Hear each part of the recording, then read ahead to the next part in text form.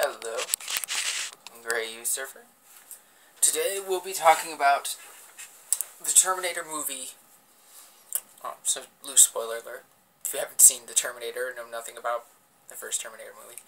A little bit about some of the rest of the franchise. Very little. But mostly we're going to be talking about the original timeline in Terminator, which is pretty glossed over because everything we see in the first film is already in a continuation loop. So let me have a Doc Brown moment here and draw up something real quick. The original movie, which I just discussed this not too long ago, takes place in 1984? We'll say 1984. We're just going to say 1984. I may not be right on that, but we're going to say 1984.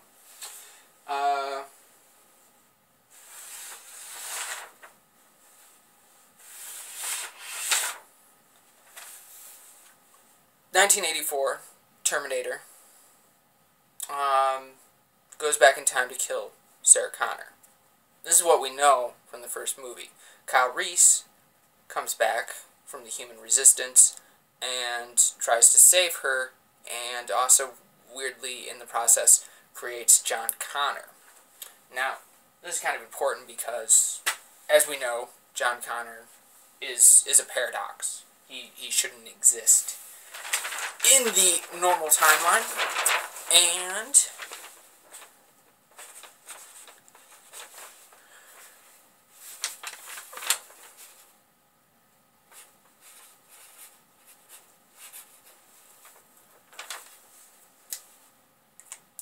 I don't know how well this is going to be visible, but here we are. Except, this is loosely wrong, because we need something to represent the time circle, the continuation loop. So we'll just put some little dots here. Because it's important to note that once we get to alternate reality 1984, that they're stuck in that kind of continuation loop there, that is Kyle Reese coming back, hooking up with Sarah Connor, creating John Connor, but is also important to Skynet because Skynet improves from there in the future, presumably, from everything that we're loosely told in the events of Terminator 2.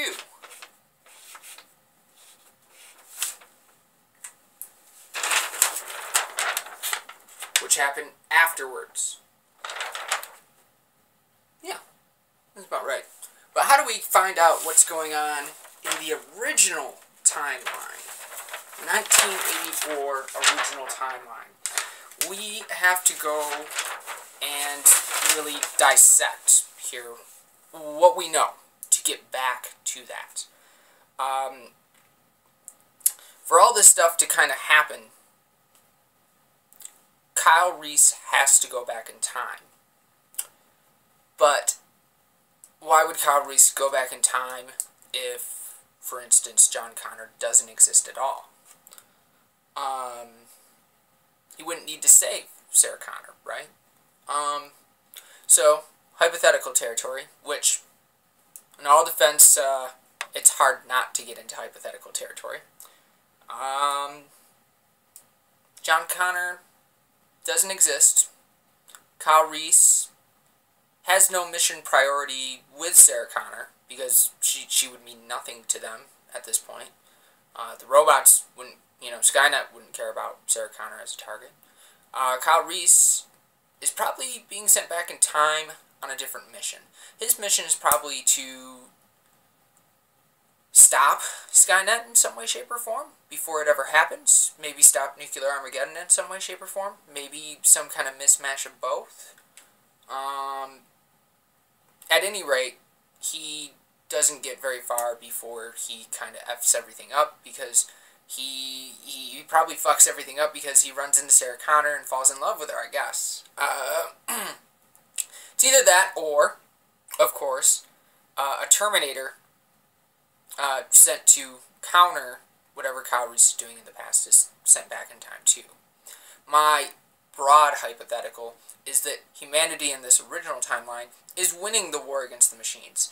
Invents time travel because their greatest tacticians have decided that eventually we're going to win the war, but at such a cost. And we've already lost so much in this nuclear apocalypse that had happened, that it's going to be like World War I, where the British lost an entire generation, only they're going to be looking at like 3 generations of people that they're going to lose in this war against machines that are, you know, fairly impervious to normal weaponry and whatnot. So they say, okay, this is such a cost, we need to send somebody back, we need to change this, we need to make things better for us.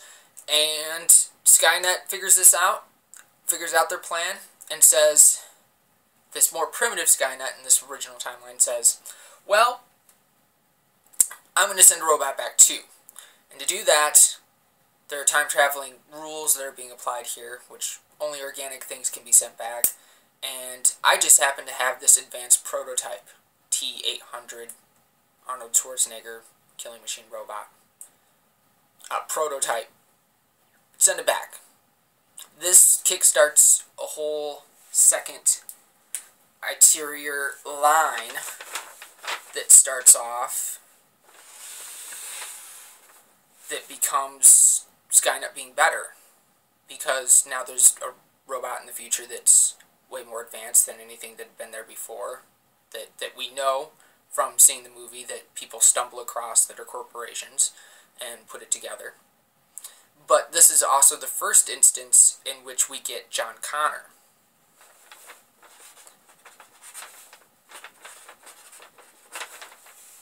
We have ourselves a second 1984 alternate reality. Now, John Connor's coming into the picture for the first time, but he's not really prophesized to be this big leader or hero. He's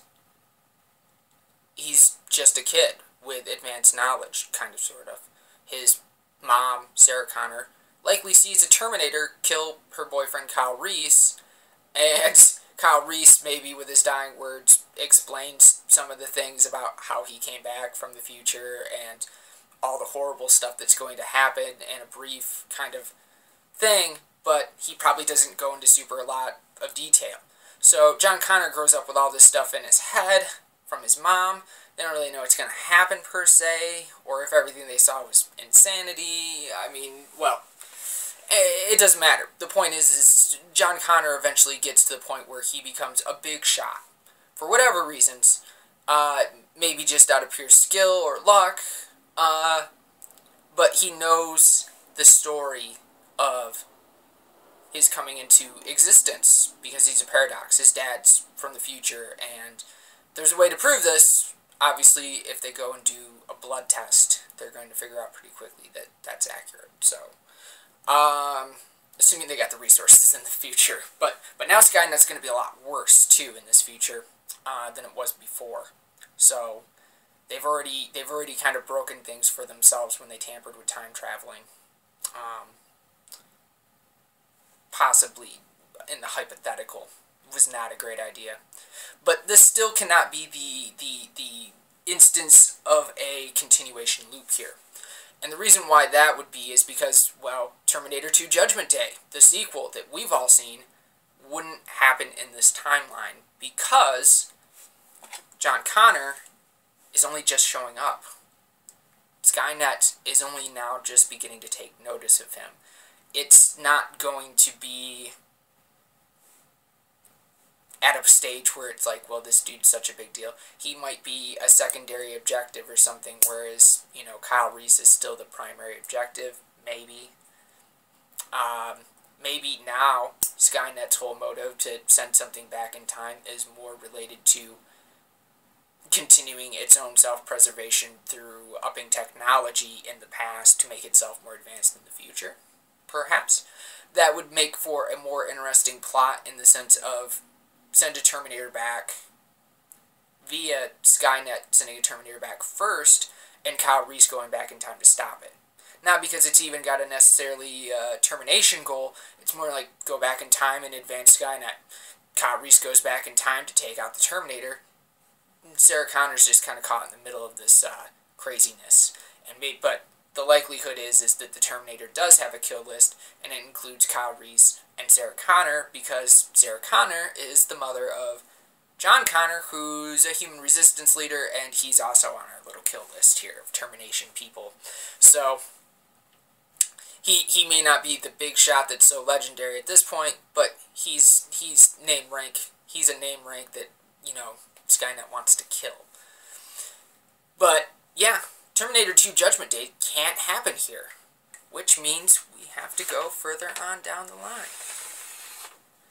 3rd, 1984. Now that we've made it to the 3rd 1984, everything's falling into place for Terminator 2 to actually happen and for us to get caught in the loop. I drew it like this, but really, I think we're at a point of hypotheticals where the 3rd iteration can become the final one that we've seen in the film, which is everything's falling into place. John Connor has now existed in multiple timelines, and he's getting better himself. Skynet's getting better, but I don't think humanity, in a weird way, is overtly aware of that. But John Connor's legend as being this kind of paradox thing that's caught in a loop and becoming a famous human resistance leader is a big deal. And he's going to be like, hey, well, you guys need me to win the war because I know what I'm doing and been training longer than anyone and fighting this stuff longer than anyone and dealing with it longer than anyone. And Skynet's really going to up the priority on him. So, by 3rd or 4th iteration, I think we end up in the loop in which we have alternate reality 1984, in which the circle's complete, and then afterwards, Skynet's taken such a notice of John Connor, this legendary figure of the Resistance, that Terminator 2 is going to happen, in which it sends back an even more advanced Terminator, the T-1000, to come and kill him as a teenager, or a young adolescent, a tween. That's pretty rough. And from there, though, probably the real scary thing is you don't know how many times that loop happens. You know, because it's a time loop, anything can happen in it, in the sense of anytime you watch that movie, you could say, well, this is the 3rd or 4th time that it happens, but really, since it's a time loop, it goes ad infinitum from there. This is never going to break. It has to happen over and over and over and over again.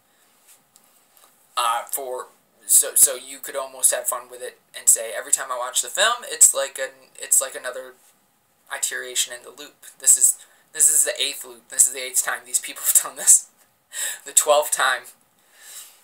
They're never aware. It never changes. And because so much loose information from the original timeline, because nobody's from the original timeline anymore, has traveled through it, nobody really knows. Maybe Skynet does, but even then, that's a pretty wide hypothetical. Although, Skynet, I think, would stand to benefit the most from time traveling as a weapon and causing paradoxes and stuff. I think it would hugely be in Skynet's favor. So, thank you for your time. I hope that all made sense, and I hope I'm under 15 minutes. Thank you. Bye.